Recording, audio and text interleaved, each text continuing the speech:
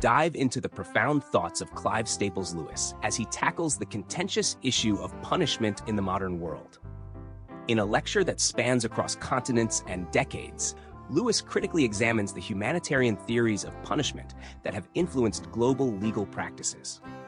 Originally delivered to an Australian audience and later expanded upon in various publications, his discourse challenges the effectiveness and morality of modern punitive measures.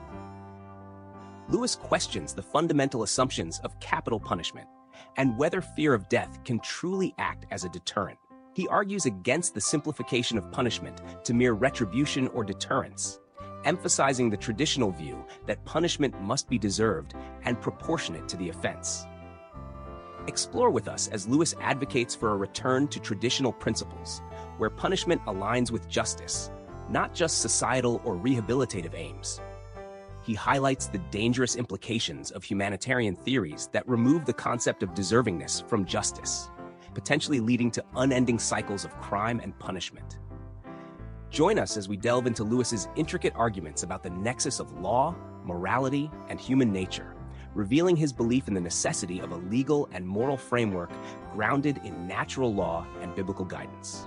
107. The Humanitarian Theory of Punishment. After failing to get this article published in England, Lewis sent it to Australia, where it was printed in 20th Century, an Australian Quarterly Review, Volume 3, Number 3, 1949. It provoked several serious articles in reply, and was reproduced in the Australian law journal Res Judicati, Volume 6, June 1953, leading Lewis to write, "On Punishment, a Reply." The original essay was printed in England in the Churchman, April-June 1959, and has since been reprinted in various American collections of essays on capital punishment. It was reprinted in Undeceptions 1971 and First and Second Things 1985, and is now in Compelling Reason 1998, where fuller details of its history can be found on page 175. In England, we have lately had a controversy about capital punishment. I do not know whether a murderer is more likely to repent and make a good end on the gallows a few weeks after his trial, or in the prison infirmary 30 years later. I do not know whether the fear of death is an indispensable deterrent. I need not, for the purpose of this article, decide whether it is a morally permissible deterrent. Those are questions which I propose to leave untouched. My subject is not capital punishment in particular, but that theory of punishment in general which the controversy showed to be almost universal among my fellow countrymen. It may be called the humanitarian theory. Those who hold it think that it is mild and merciful. In this I believe that they are seriously mistaken. I believe that the humanity which it claims is a dangerous illusion, and disguises the possibility of cruelty and injustice without end. I urge a return to the traditional or retributive theory, not solely, not even primarily, in the interests of society, but in the interests of the criminal. According to the humanitarian theory, to punish a man because he deserves it, and as much as he deserves, is mere revenge, and therefore barbarous and immoral. It is maintained that the only legitimate motives for punishing are the desire to deter others by example, or to mend the criminal. When this theory is combined, as frequently happens, with the belief that all crime is more or less pathological, the idea of mending tails off into that of healing or curing, and punishment becomes therapeutic. Thus it appears, at first sight, that we have passed from the harsh and self-righteous notion of giving the wicked their deserts to the charitable and enlightened one of tending the psychologically sick. What could be more amiable? One little point which is taken for granted in this theory needs, however, to be made explicit. The things done to the criminal, even if they are called cures, will be just as compulsory as they were in the old days, when we called them punishments. If a tendency to steal can be cured by psychotherapy, the thief will, no doubt, be forced to undergo the treatment. Otherwise, society cannot continue. My contention is that this doctrine, merciful though it appears, really means that each one of us, from the moment he breaks the law, is deprived of the rights of a human being. The reason is this. The humanitarian theory removes from punishment the concept of desert. But the concept of desert is the only connecting link between punishment and justice. It is only as deserved or undeserved that a sentence can be just or unjust. I do not here contend that the question, is it deserved, is the only one we can reasonably ask about a punishment. We may very properly ask whether it is likely to deter others and to reform the criminal. But neither of these two last questions is a question about justice. There is no sense in talking about a just deterrent or a just cure. We demand of a deterrent not whether it is just, but whether it will deter. We demand of a cure not whether it is just, but whether it succeeds. Thus, when we cease to consider what the criminal deserves and consider only what will cure him or deter others, we have tacitly removed him from the sphere of justice altogether. Instead of a person, a subject of rights, we now have a mere object, a patient, a case. The distinction will become clearer if we ask who will be qualified to determine sentences, when sentences are no longer held to derive their propriety from the criminal's deservings. On the old view, the problem of fixing the right sentence was a moral problem. Accordingly, the judge who did it was a person trained in jurisprudence, trained, that is, in a science which deals with rights and duties, and which, in origin at least, was consciously accepting guidance from the law of nature and from Scripture. We must admit that in the actual penal code of most countries at most times, these high originals were so much modified by local custom, class interests, and utilitarian concessions as to be very imperfectly recognizable. But the code was never, in principle, and not always in fact, beyond the control of the conscience of the society. And when, say in 18th century England, actual punishments conflicted too violently with the moral sense of the community, juries refused to convict, and reform was finally brought about. This was possible because, so long as we are thinking in terms of desert, the propriety of the penal code, being a moral question, is a question on which every man has the right to an opinion, not because he follows this or that profession, but because he is simply a man, a rational animal enjoying the natural light. But all this is changed when we drop the concept of desert.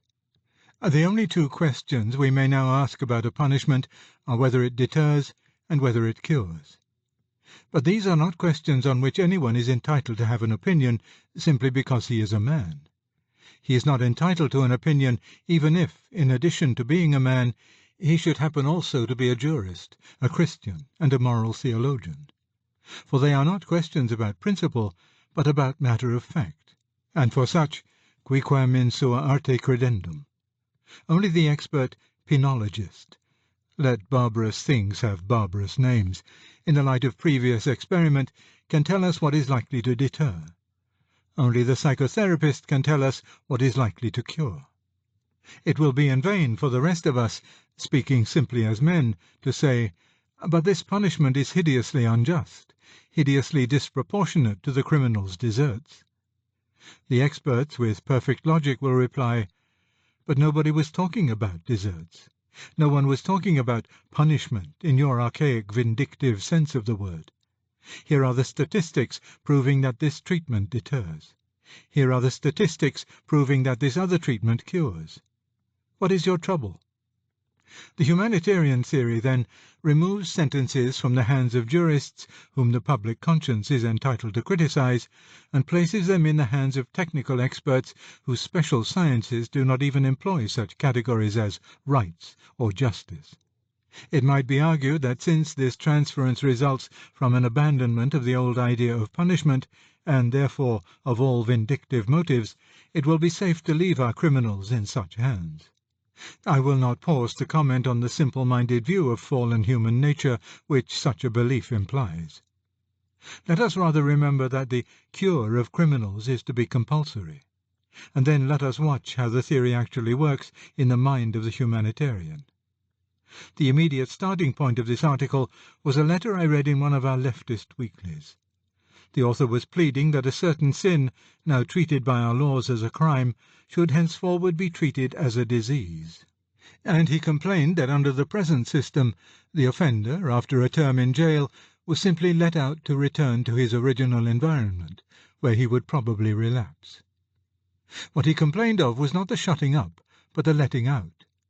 On his remedial view of punishment, the offender should, of course, be detained until he was cured. And, of course, the official straighteners are the only people who can say when that is. The first result of the humanitarian theory is, therefore, to substitute for a definite sentence, reflecting to some extent the community's moral judgment on the degree of ill desert involved, an indefinite sentence terminable only by the word of those experts, and they are not experts in moral theology, nor even in the law of nature, who inflict it. Which of us, if he stood in the dock, would not prefer to be tried by the old system? It may be said that by the continued use of the word punishment and the use of the verb inflict, I am misrepresenting humanitarians. They are not punishing, not inflicting, only healing. But do not let us be deceived by a name. To be taken without consent from my home and friends, to lose my liberty, to undergo all those assaults on my personality which modern psychotherapy knows how to deliver, to be remade after some pattern of normality hatched in a Viennese laboratory to which I never professed allegiance, to know that this process will never end until either my captors have succeeded or I have grown wise enough to cheat them with apparent success. Who cares whether this is called punishment or not? That it includes most of the elements for which any punishment is feared, shame, exile, bondage, and years eaten by the locust, is obvious. Only enormous ill-desert could justify it. But ill-desert is the very conception which the humanitarian theory has thrown overboard. If we turn from the curative to the deterrent justification of punishment, we shall find the new theory even more alarming. When you punish a man in terrorem, make of him an example to others, you are admittedly using him as a means to an end, someone else's end. This in itself would be a very wicked thing to do. On the classical theory of punishment, it was of course justified on the ground that the man deserved it. That was assumed to be established before any question of making him an example arose. You then, as the saying is, killed two birds with one stone. In the process of giving him what he deserved, you set an example to others. But take away desert, and the whole morality of the punishment disappears. Why, in heaven's name, am I to be sacrificed to the good of society in this way? Unless, of course, I deserve it. But that is not the worst. If the justification of exemplary punishment is not to be based on desert, but solely on its efficacy as a deterrent, it is not absolutely necessary that the man we punish should even have committed the crime. The deterrent effect demands that the public should draw the moral, if we do such an act, we shall suffer like that man. The punishment of a man actually guilty, whom the public think innocent, will not have the desired effect. The punishment of a man actually innocent will, provided the public think him guilty. But every modern state has powers which make it easy to fake a trial. When a victim is urgently needed for exemplary purposes and a guilty victim cannot be found, all the purposes of deterrence will be equally served by the punishment, call it cure if you prefer, of an innocent victim, provided that the public can be cheated into thinking him guilty. It is no use to ask me why I assume that our rulers will be so wicked. The punishment of an innocent, that is, an undeserving man, is wicked only if we grant the traditional view that righteous punishment means deserved punishment. Once we have abandoned that criterion, all punishments have to be justified, if at all, on other grounds that have nothing to do with desert. Where the punishment of the innocent can be justified on those grounds, and it could in some cases be justified as a deterrent, it will be no less moral than any other punishment. Any distaste for it on the part of a humanitarian will be merely a hangover from the retributive theory. It is, indeed, important to notice that my argument so far supposes no evil intentions on the part of the humanitarian, and considers only what is involved in the logic of his position. My contention is that good men, not bad men, consistently acting upon that position, would act as cruelly and unjustly as the greatest tyrants. They might, in some respects, act even worse. Of all tyrannies, a tyranny sincerely exercised for the good of its victims may be the most oppressive. It may be better to live under robber barons than under omnipotent moral busybodies. The robber baron's cruelty may sometimes sleep. His cupidity may at some point be satiated. But those who torment us for our own good will torment us without end, for they do so with the approval of their own conscience. They may be more likely to go to heaven, yet at the same time likelier to make a hell on earth. Their very kindness stings with intolerable insult. To be cured against one's will, and cured of states which we may not regard as disease, is to be put on a level with those who have not yet reached the age of reason, or those who never will, to be classed with infants, imbeciles, and domestic animals. But to be punished, however severely, because we have deserved it, because we ought to have known better, is to be treated as a human person made in God's image. In reality, however, we must face the possibility of bad rulers armed with a humanitarian theory of punishment. A great many popular blueprints for a Christian society are merely what the Elizabethans called eggs in moonshine, because they assume that the whole society is Christian, or that the Christians are in control. This is not so in most contemporary states. Even if it were, our rulers would still be fallen men, and, therefore, neither very wise nor very good. As it is, they will usually be unbelievers. And since wisdom and virtue are not the only or the commonest qualifications for a place in the government, they will not often be even the best unbelievers. The practical problem of Christian politics is not that of drawing up schemes for a Christian society, but that of living as innocently as we can with unbelieving fellow subjects under unbelieving rulers who will never be perfectly wise and good, and who will sometimes be very wicked and very foolish. And when they are wicked, the humanitarian theory of punishment will put in their hands a finer instrument of tyranny than wickedness ever had before. For if crime and disease are to be regarded as the same thing, it follows that any state of mind which our masters choose to call disease can be treated as crime, and compulsorily cured. It will be vain to plead that states of mind which displease government need not always involve moral turpitude, and do not therefore always deserve forfeiture of liberty. For our masters will not be using the concepts of desert and punishment, but those of disease and cure. We know that one school of psychology already regards religion as a neurosis. When this particular neurosis becomes inconvenient to government, what is to hinder government from proceeding to cure it? Such cure will, of course, be compulsory. But under the humanitarian theory it will not be called by the shocking name of persecution.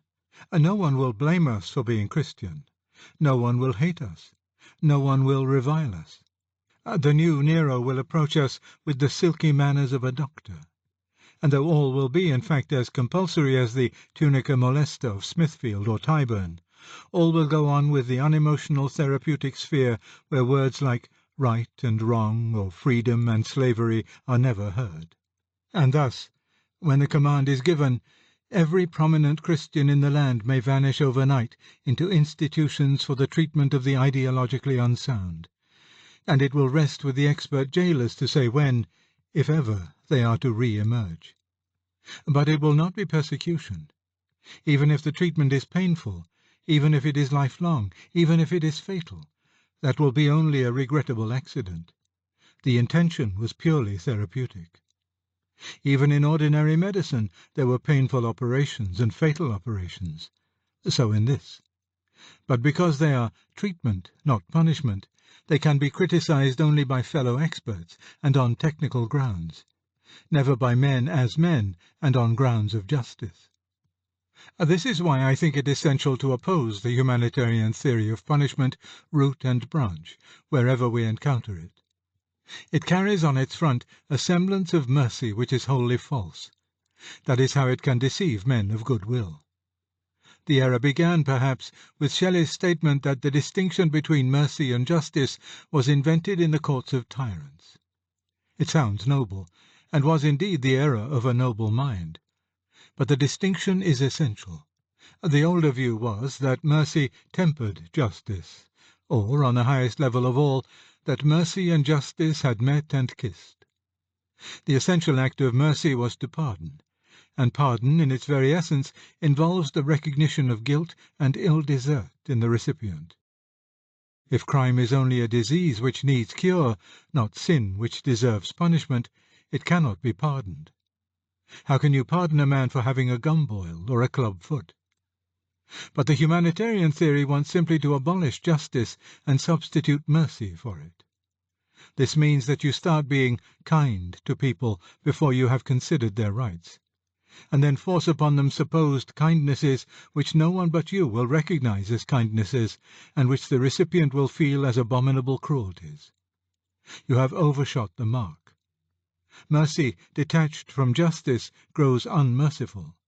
That is the important paradox. As there are plants which will flourish only in mountain soil, so it appears that mercy will flower only when it grows in the crannies of the rock of justice. Transplanted to the marshlands of mere humanitarianism, it becomes a man-eating weed, all the more dangerous because it is still called by the same name as the mountain variety. But we ought long ago to have learned our lesson. We should be too old now to be deceived by those humane pretensions which have served to usher in every cruelty of the revolutionary period in which we live. These are the precious balms which will break our heads. Psalm 141, verse 5. There is a fine sentence in Bunyan. It came burning hot into my mind. Whatever he said, and however he flattered, when he got me home to his house, he would sell me for a slave. There is a fine couplet, too, in John Ball. Beware, or ye be woe, knoweth you're freed from your foe. On Punishment, a reply by C.S. Lewis, 1954. I have to thank the editor for this opportunity of replying to two most interesting critiques of my article on the humanitarian theory of punishment, one by Professor J.J.C. Smart and the other by Drs. N. Morris and D. Buckle. Professor Smart makes a distinction between questions of the first and of the second order. First are questions like, ought I to return this book? Second, like, is promise-making a good institution? He claims that these two orders of question require different methods of treatment. The first can be answered by intuition, in the sense which moral philosophers sometimes give that word. We see what is right at once, because the proposed action falls under a rule. But second-order questions can be answered only on utilitarian principles. Since right means agreeable to the rules, it is senseless to ask if the rules themselves are right. We can only ask if they are useful. A parallel would be this. Granted a fixed spelling, we may ask whether a word is spelled correctly, but cannot ask whether the spelling system is correct, only if it is consistent or convenient. Or again, a form may be grammatically right, but the grammar of a whole language cannot be right or wrong. Professor Smart is here, of course, treating in a new way a very ancient distinction.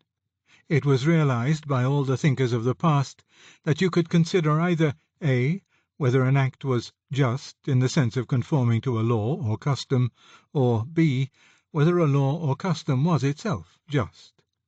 To the ancients and medievals, however, the distinction was one between A, justice by law or convention, nomo, and B, justice simply or by nature, haplos or physei, or between A, positive law, and B, natural law. Both inquiries were about justice, but the distinction between them was acknowledged. The novelty of Professor Smart's system consists in confining the concept of justice to the first-order questions. It is claimed that the new system, 1. Avoids a petitio inherent in any appeal to the law of nature, or the simply just. 4. To say that this is the law of nature is only to say that this is the rule we should adopt. And 2. Gets rid of dogmatic subjectivism. For the idea of desert in my article may be only Lewis's personal preference. I am not convinced, however, that Professor Smart's system does avoid these inconveniences. Those rules are to be accepted which are useful to the community. Utility being, I think, what will make that community happier. Does this mean that the happiness of the community is to be pursued at all costs, or only to be pursued insofar as this pursuit is compatible with certain degrees of mercy, human dignity, and veracity? I must not add of justice, because in Professor Smart's view the rules themselves cannot be either just or unjust. If we take the second alternative, if we admit that there are some things, or even any one thing, which a community ought not to do, however much it will increase its happiness, then we have really given up the position. We are now judging the useful by some other standard, whether we call it conscience, or practical reason, or law of nature, or personal preference. Suppose, then, we take the first alternative. The happiness of the community is to be pursued at all costs. In certain circumstances the costs may be very heavy. In war, in some not improbable future, when the world's food runs short, during some threat of revolution, very shocking things may be likely to make the community happier, or to preserve its existence. We cannot be sure that frame-ups, witch-hunts, even cannibalism, would never be in this sense useful. Let us suppose, what I am very sure is false, that Professor Smart is prepared to go the whole hog. It then remains to ask him why he does so, or why he thinks we should agree with him. He of all men cannot reply that salus populi suprema lex is the law of nature. Firstly, because we others know that the people should be preserved is not the law of nature, but only one clause in that law. What then could pursuit of the community's happiness at all costs be based on, if not on Professor Smart's personal preference? The real difference between him and me would then be simply that we have different desires, or rather that I have one more desire than he. For, like him, I desire the continuance and happiness of my country and species. But then I also desire that they should be people of a certain sort, behaving in a certain way. The second desire is the stronger of the two. If I cannot have both, I had rather that the human race, having a certain quality in their lives, should continue for only a few centuries, than that, losing freedom, friendship, dignity, and mercy, and learning to be quite content without them, they should continue for millions of millennia. If it is merely a matter of wishes, there is really no further question for discussion. Lots of people feel like me, and lots feel the other way. I believe that it is in our age being decided which kind of men will win. And that is why, if I may say so without discourtesy, Professor Smart and I both matter so little compared with Doctors Morris and Buckle. We are only dons. They are criminologists, a lawyer and a psychiatrist respectively. And the only thing which leads me so far off my own beat as to write about penology at all is my intense anxiety as to which side in this immensely important conflict will have the law for its ally. This leads me to the only serious disagreements between my two critics and myself. Other disagreements there are, but they mainly turn on misunderstandings for which I am probably to blame. Thus, 1. There was certainly too little, if there was anything, in my article about the protection of the community. I am afraid I took it for granted. But the distinction, in my mind, would not be, as my critics suppose, Morris and Buckle, page 232, one between subsidiary and vital elements in punishment. I call the act of taking a packet of cigarettes off a counter and slipping it into one's pocket purchase or theft, according as one does or does not pay for it. This does not mean that I consider the taking away of the goods as subsidiary in an act of purchase. It means that what legitimizes it, what makes it purchase at all, is the paying. I call the sexual act chaste or unchaste, according as the parties are or are not married to one another. This does not mean that I consider it as subsidiary to marriage, but that what legitimizes it, what makes it a specimen of conjugal behaviour at all, is marriage. In the same way, I am ready to make both the protection of society and the cure of the criminal as important as you please in punishment, but only on a certain condition, namely, that the initial act of thus interfering with a man's liberty be justified on grounds of desert.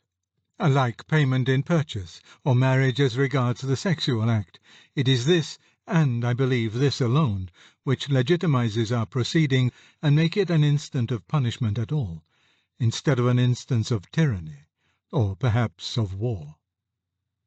2. I agree about criminal children. See Morris and Buckle, page 234. There has been progress in this matter. Very primitive societies will try and punish an axe or a spear in cases of unintentional homicide. Somewhere, I think in the Empire, during the later Middle Ages, a pig was solemnly tried for murder. Till quite recently we may, I don't know, have tried children as if they had adult responsibility. These things have rightly been abolished. But the whole question is whether you want the process to be carried further, whether you want us all to be simultaneously deprived of the protection and released from the responsibilities of adult citizenship and reduced to the level of the child, the pig, and the axe. I don't want this, because I don't think there are in fact any people who stand to the rest of us as adult to child, man to beast, or animate to inanimate. I think the laws which lay down a desertless theory of punishment would, in reality, be made and administered by people just like the rest of us. But the real disagreement is this. Doctors Morris and Buckle, fully alive to dangers of the sort I dread, and reprobating them no less than I, believe that we have a safeguard. It lies in the courts, in their incorruptible judges, their excellent techniques, and the controls of natural justice which the law has built up. Page 233. Yes, if the whole tradition of natural justice which the law has for so long incorporated will survive the completion of that change in our attitude to punishment which we are now discussing. But that, for me, is precisely the question. Our courts, I agree, have traditionally represented the common man and the common man's view of morality. Page 233.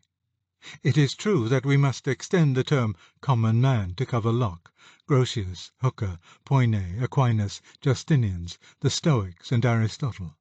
But I have no objection to that. In one most important, and to me glorious sense, they were all common men. But that whole tradition is tied up with ideas of free will, responsibility, rights, and the law of nature. Can it survive in courts whose penal practice daily subordinates desert to therapy and the protection of society? Can the law assume one philosophy in practice and continue to enjoy the safeguards of a different philosophy? I write as the son of one lawyer and the lifelong friend of another, to two criminologists, one of whom is a lawyer. I believe an approximation between their view and mine is not to be despaired of, for we have the same ends at heart. I wish society to be protected, and I should be very glad if all punishments were also cures. All I plead for is the prior condition of ill desert, loss of liberty justified on retributive grounds, before we begin considering the other factors. After that, as you please. Till that, there is really no question of punishment. We are not such poltroons that we want to be protected unconditionally, though when a man has deserved punishment, we shall very properly look to our protection in devising it. We are not such busybodies that we want to improve all our neighbours by force. But when one of our neighbours has justly forfeited his right not to be interfered with, we shall charitably try to make his punishment improve him. But we will not presume to teach him, who, after all, are we, till he has merited that we should larn him. Will Dr. Morris and Dr. Buckle come so far to meet me as that? On their decision, and on that of others in similar important offices, depends, I believe, the continued dignity and beneficence of that great discipline, the law, but also much more.